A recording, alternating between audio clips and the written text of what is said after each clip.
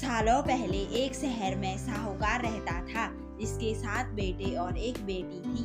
बेटी का नाम करवा था। साहूकार ने अपने बच्चों का पालन पोषण काफी सही तरीके से किया था। सभी भाई अपनी इकलौती बहन को बहुत मानते और उस पर अपनी जान छिड़कते थे। उन्होंने उसकी शादी एक अमीर साहूकार के साथ एकदम सही तरीके से की। एक दिन करवा ससुराल से अपने मायके आई। सभी भाइयों ने उसका जोरदार स्वागत किया। उन्होंने पहले अपनी बहन को खाना खिलाया और फिर खुद खाया। इसके बाद सभी एक साथ बैठकर बचपन की यादें साझा करने लगे। इसी तरह कुछ दिन बीतते चले गए। एक दिन शाम को जब करवा के सातों भाई अपने काम से घर लौटे तो उन्होंने देखा कि उनकी बहन काफी उदास होकर बाहर बैठी थी। अपनी बहन करवा को उदास देखकर सभी भाई चिंतित हो गए। वो तुरंत अब उसके पास गए और उदासी का कारण पूछने लगे। इस पर करवा ने बताया कि उसने अपने पति के लिए करवा चौथ का उपवास रखा है और चांद के इंतजार में सुबह से ही भूखी प्यासी है। जैसे ही चांद निकलेगा वह उसे देखकर अपना उपवास तोड़ेगी। यह सुनकर भाइयों का भी मन उदास हो गया। वो सभी करवा के इस कष्ट को नहीं देख पाए, खासकर उसका सबसे छोटा भाई जिसे करवा से सबसे अधिक स्नेह था।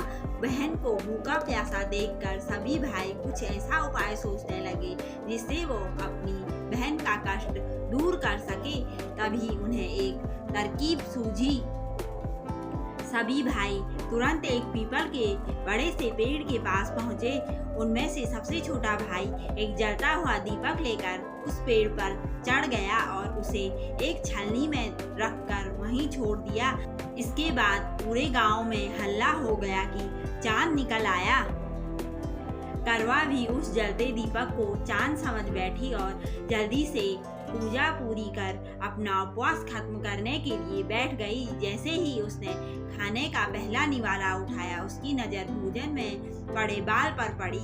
उससे तुरंत उस निवाले को अपने प्लेट से निकालकर दूसरी तरफ रख दिया। जिसके बाद उसने दूसरा निवाला अपने मुंह में डाला। तभी उसके दांतों में एक कंकड़ आ फंसा। उसने झटपट उस निवाले को भी प्लेट से हटा दिया। इसके बाद उसने तीसरा निवाला अपने मुंह में रखा कि तभी उसे एक बुरी खबर मिली। करवा को पता चला कि उसके पति की मृत्यु हो गई। यह सुनते ही करवा पूरी तरह से टूट गई और जोर जोर से रोने लगी। कुछ समय बीतने के बाद उसे अपने पति के मृत्यु की सच्चाई का पता चला। उसे जानकारी मिली कि उसके भाइयों के कारण उसने दीपक को चांद समझ लिया था और अपना उपवास खत्म किया था। इस वजह से देवता नाराज हो गए और उसके पति को मृत्यु दंड की सजा सुनाई। सच्चाई का पता चलने के बाद करवा ने अपने पति का अंतिम संस्कार नहीं करने का प्रण लिया। देखते देखते 1 साल बीत गए। करवा अपने पति के मृत शरीर के पास ही बैठी रही। वह रोजाना अपने पति के शव को साफ करती और वहां उगने वाली घासों को भी हटाती रहती। 1 साल के बाद फिर से करवा चौथ का पर्व आया।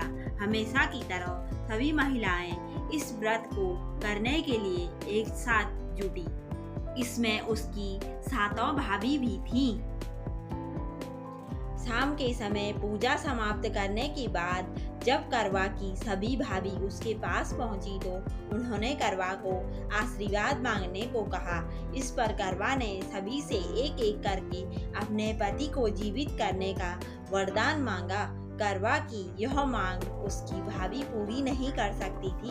उन्होंने करवा को समझाया भी, लेकिन वह नहीं मानी। फिर उसकी एक भाभी ने बताया कि उसके छोटे भाई की वजह से ही ऐसा हुआ है, तो उसकी छोटी भाभी ही इस स्थिति को ठीक कर सकती है। यह सुनकर करवा अपनी छोटी भाभी के पास गई और उसके पैर पकड़कर अपने पति को जीवित करने का आशीर्वाद मांगने लगी। पहले तो उसकी छोटी भाभी ने बहुत टाला, लेकिन अंत में उसकी छोटी भाभी ने अपनी तर्जनी अंगुली को काटकर उसमें से अमृत की एक बूंद करवा के मृत पति के ऊपर डाल दी। जैसे ही अमृत की बूंद उसके पति के ऊपर गिरी वह जिंदा हो गया और जय श्री गणेश के नारे लगाने पड़े। इस घटना के बाद से ऐसी मान्यता है कि करवा चौथ का व्रत करने से गौरी शंकर खुश होते हैं और महिलाओं के सुहाग की रक्षा का वरदान देते हैं। कहानी से सीख। इस कहानी से यह सीख मिलती है कि इंसान को हमेशा सच्ची भक्ति से पूजा पाठ करनी चाहिए। अगर इसमें किसी प्रकार की कमी रहती है तो उसके बुरे परिणाम भुगतने पड़ सकते हैं। Thank you for watching this video. Please guys channel को ज़रूर सब्सक्राइब करें।